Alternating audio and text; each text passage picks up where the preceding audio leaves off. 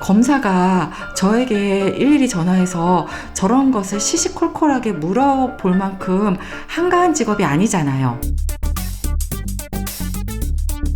안녕하세요. 닥터 전미경입니다. 오늘 영상은 저번 영상과 연결되는 내용입니다. 저번 영상에서는 우리가 자기계발 열풍에 현혹되는 이유에 대해서 알아봤습니다. 자기계발이 주장하는 여러 컨셉질, 우리 세상에서 볼 수 있는 여러 컨셉질을 잘 알아차리면요, 세상을 살 때 어리석은 선택을 하는 것을 피할 수 있습니다. 그래서 오늘은 여러 컨셉질에 대해서 말씀해 드리려고 합니다. 먼저 제 얘기로 시작을 해볼게요. 저는 귀가 얇고 호기심이 많은 사람입니다. 그래서 궁금한 것을 못 참고요, 무조건 일단 저지르고 해보는 성격입니다. 그러다 보니 살면서 이러저런 컨셉질에 당했다? 그런 적이 좀 있습니다. 제가 전공의 때 얘기입니다. 고속도로 휴게소에 들려서 혼자 커피를 마시고 있었거든요. 어떤 아저씨가 다가오는 거예요. 그러면서 생선 납품을 하는데 한 박스가 남았다. 원래는 가격이 15만 원인데 아가씨한테 특별히 5만 원에 주겠다. 사가겠느냐. 이러는 거예요. 마침 집에 가는 길이었고 엄마 갖다 주면 좋아할 것 같아서 5만 원 주고 생선 사왔습니다. 엄마에게 야단 맞았습니다. 또 이런 경우도 있었어요. 수영장에 6개월 선결제를 하면은 제주도 펜션에 무료 숙박권을 5박을 준다는 거예요. 그래서 냉큼 수강권을 끊었습니다. 자, 어떻게 되었을까요? 이용 조건을 깨알만하게 써놓았는데요. 주말 이용 금지고요. 공휴일 또한 이용 금지라는 거죠. 제가 당시에 페이닥터였거든요. 어떻게 저리 4박 5일씩 평일에 휴가를 낼 수 있겠습니까? 결국에는 단 1박도 사용하지 못했습니다. 거기다가 한 3, 4개월 다니다 보니 너무 힘든 거예요. 직장 가면 꾸벅꾸벅 졸고 있고요. 그래서 결국에는 수영장을 다니지 않았습니다. 물론 이건 제 잘못이긴 해요. 어쨌든 그때 한 달씩 끊었으면 됐을 텐데 괜히 제주도 무료 숙박권에 눈이 멀어서 6개월 끊은 대가를 좀 치렀습니다. 10년 전쯤이에요. 그 보이스피싱 전화를 받은 적이 있어요. 흔히들 알고 계신 고전적인 수법입니다. 제 통장이 대포 통장으로 사용되었다는 거죠. 정말 눈앞이 아득해지더라고요. 그러면서 그쪽에서 묻는 말에 제가 대답을 해주고 있는 거예요. 제 메인 통장은 하나은행이고요. 서버 통장은 시티은행 사용하고 있고요. 이렇게 하다 보니까 느낌이 좀 쎄해요. 그냥 딱 촉이 딱 온 거예요. 그래서 제가 딱 얘기했죠. 제 쪽에서 전화를 다시 걸겠습니다. 서울 남부지방검찰청의 강철민 검사님을 찾으면 되나요? 혹시 내선 번호를 알 수 있을까요? 그러니까요, 그쪽에서 다시 전화를 뚝뚝 끊어버리는 거예요. 사실 잘 생각을 해보면 검사가 저에게 일일이 전화해서 저런 것을 시시콜콜하게 물어볼 만큼 한가한 직업이 아니잖아요. 그때는 그렇게 논리적으로 생각이 잘 안 되었어요. 이렇게 뻔한 컨셉질에 넘어갈 뻔한 적이 있었습니다. 사실 앞에 두 개는 좀 애교잖아요. 크게 피해본 거 없었고요. 근데 마지막 보이스피싱의 경우는 큰일 날 뻔했죠. 우리는 살면서 이처럼 컨셉질을 많이 당하고 삽니다.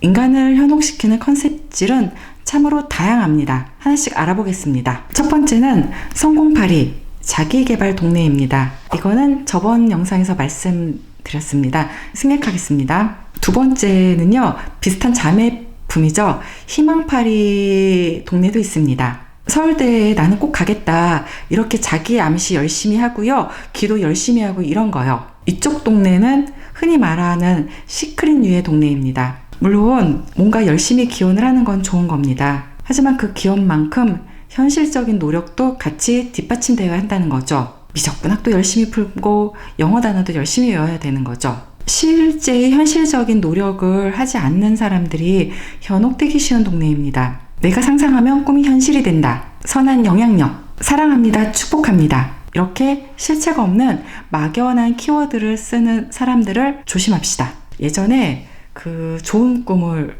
꾼 적이 있어요. 돈 들어온다는 그 꿈이요. 그쵸? 제가 로또를 샀죠. 이제 언니한테 가서 자랑을 했어요. 그리고 그 로또 발표하기 한 며칠은 되게 기분이 좋더라고요. 로또 되면 이 돈 어떻게 쓸까 상상의 나래를 펼치는 거죠. 언니가 그러는 거예요. 야, 그게 되겠냐?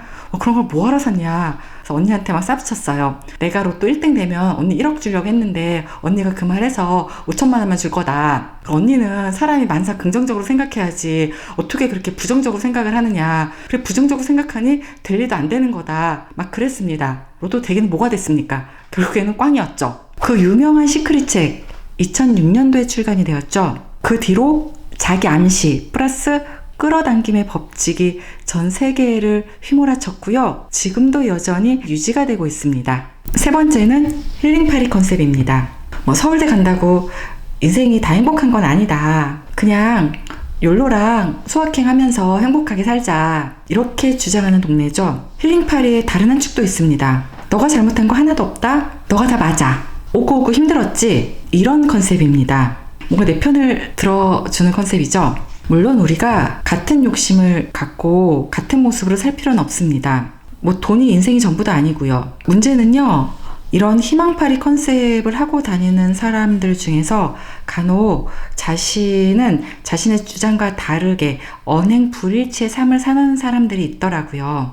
예전에 어떤 스님은 무소유를 주장을 하면서 본인은 불소유를 했죠. 스님도 물론 재산을 가질 수 있고요. 많이 가질 수도 있어요. 법회 이런 거 따라다니는 재벌 사모님 같은 큰손들이 있다고 합니다. 시즌지 후원인지 열심히 한다고 하고요. 그게 문제가 되는 건 아니죠. 바르게 살아라.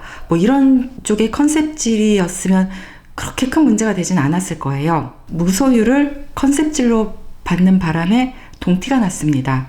책과 강연과 자신의 삶이 명백하게 언행불일치가 된 거죠. 이런 힐링파리를 컨셉으로 하는 저자나 연자들도 상당히 많습니다. 네 번째는 구원파리 컨셉입니다. 세상의 모든 종교는요, 이 구원파리 컨셉에 적어도 한 발씩은 다들 걸치고 있습니다. 종교의 순기능이 당연히 있습니다. 하지만 요새는 역기능도 만만치 않은 것 같습니다. 사이비 종교 같은 경우 문제가 많죠. 외래에 오신 어느 한 분이 20대 후반인데 빚이 8천만 원이 있는 거예요. 어찌 된 빚이냐라고 여쭤보니까 사이비 종교에 들어갔다가 그 종교에서 대출을 받으라고 하는 바람에 생긴 빚이라고 합니다. 이렇게 구원파리는요, 인간의 불안을 이용해서 적극적으로 가스라이팅을 하는 동네입니다. 꼭 하나씩 하는 건 아니에요. 종교를 보면은 힐링 플러스 구원인 경우가 많고요. 자기 개발은 성공 플러스 희망을 짝접하는 경우가 많습니다. 또한 희망 플러스 힐링을 컨셉으로 잡는 저자나 연자들도 많습니다. 이런 컨셉질이 다 나쁜 거냐? 그렇진 않아요. 인간에게 희망을 갖게 해주죠. 그리고 그 희망을 바라보고 노력을 하게 합니다. 또 고단한 현실을 잊고 행복감을 주기도 합니다. 문제는요, 이런 컨셉을 자신의 돈벌이에 악용하는 나쁜 사람들이 간혹 있기 때문입니다. 조금 더 심화학습 들어가겠습니다. 컨셉질의 최고본은요, 뭐니 해도 구원파리 종교동네입니다. 그래서 오늘은 각 종교에서 얘기하는 컨셉질에 대해서 한번 알아보겠습니다. 바로 이런 것이 컨셉질이구나, 이해가 잘 되실 겁니다. 인간이 종교를 믿는 큰 이유가 하나 있습니다. 바로 죽음에 대한 두려움입니다. 종교마다 각각 죽음을 바라보는 시각이 다릅니다. 그 차이가 각 종교의 컨셉인 거죠. 하나씩 알아보겠습니다. 첫 번째로 한국의 전통 무속에서는 죽음을 이승과 경계를 넘나드는 과정으로 봅니다. 무당들은 구슬을 통해서요, 죽은 이의 영혼을 달래고 저승으로 인도하는 역할을 합니다. 이런 의식은 남아있는 가족들에게 위로를 주고요, 산자와 죽은 자의 소통을 돕는 행위라고 그들은 믿습니다. 두 번째로 도교의 죽음과는요, 노자와 장자의 사상에 그 뿌리를 두고 있습니다. 장자는 죽음은 봄, 여름, 가을, 겨울의 순환과 같다, 이리 말했습니다. 이는 죽음을 자연의 일부로 보고 슬퍼하거나 두려워할 필요가 없다는 얘기입니다. 오히려 죽음을 편안하게 받아들이는 것이 도에 이르는 길이라고 봅니다. 힌두교에서는 카르마라는 개념이 중요합니다. 한번 들어는 보셨죠? 이번 생의 행동이 다음 생의 행동을 결정한다고 그들은 믿죠. 그래서 힌두교도들은 좋은 카르마를 쌓기 위해 이번 생을 노력합니다. 궁극적으로는 이 윤회의 고리를 벗어나 모크샤라고 하는 해탈의 경지에 이루는 것이 그들의 목표입니다. 불교에서 말한 해탈과 비슷한 것 같은데 명백히 다릅니다. 불교에서는 자아가 없고 모든 고통과 욕망이 소멸된 상태를 말하고요. 모크샤는 영원히 우주와 혼연일체가 되고 자아가 단단히 남아있는 그런 상태를 말합니다. 네 번째, 유교에서는요, 죽음 자체보다는 죽음을 기리는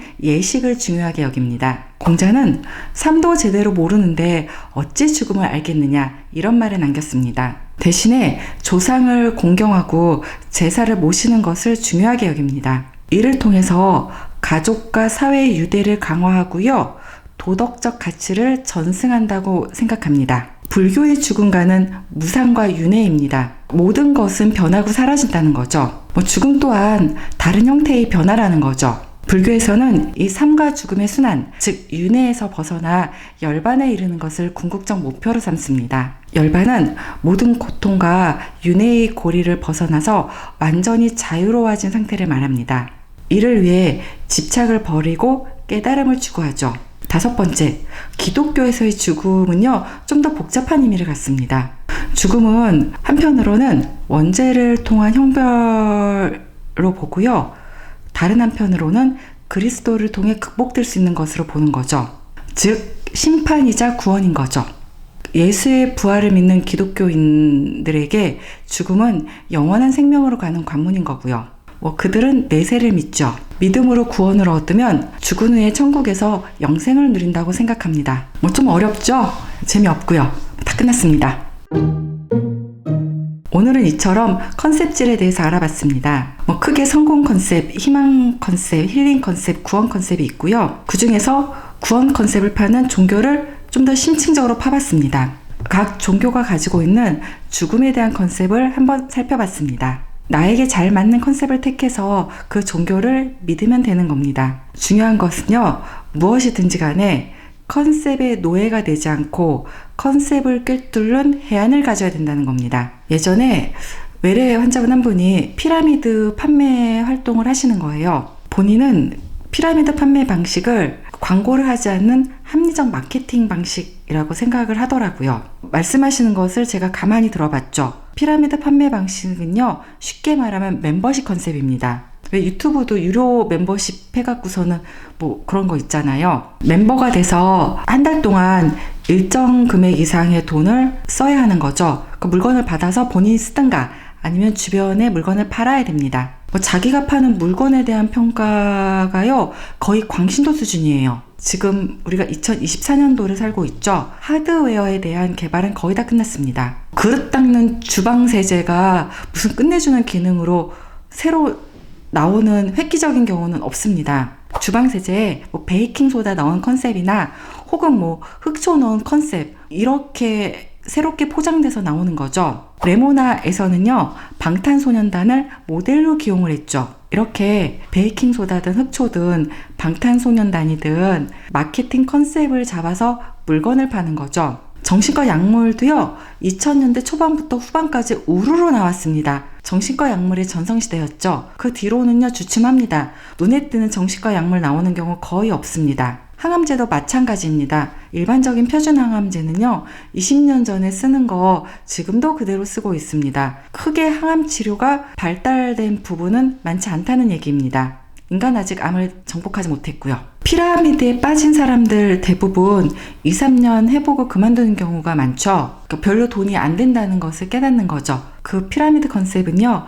윗대가리들만 돈을 챙기는 구조죠. 이런 컨셉 빨리 알면 하루빨리 박차고 나와야 됩니다. 자본주의 사회에서는요, 마케팅에 탈을 쓰고 여기저기 사방팔방에서 나를 유혹해대고 있습니다. 무슨 컨셉질로 나를 현혹시키는지 두 눈을 크게 뜨고 두 귀를 활짝 열고 잘 살펴봅시다. 이상 닥전TV였습니다. 시청해주셔서 감사합니다.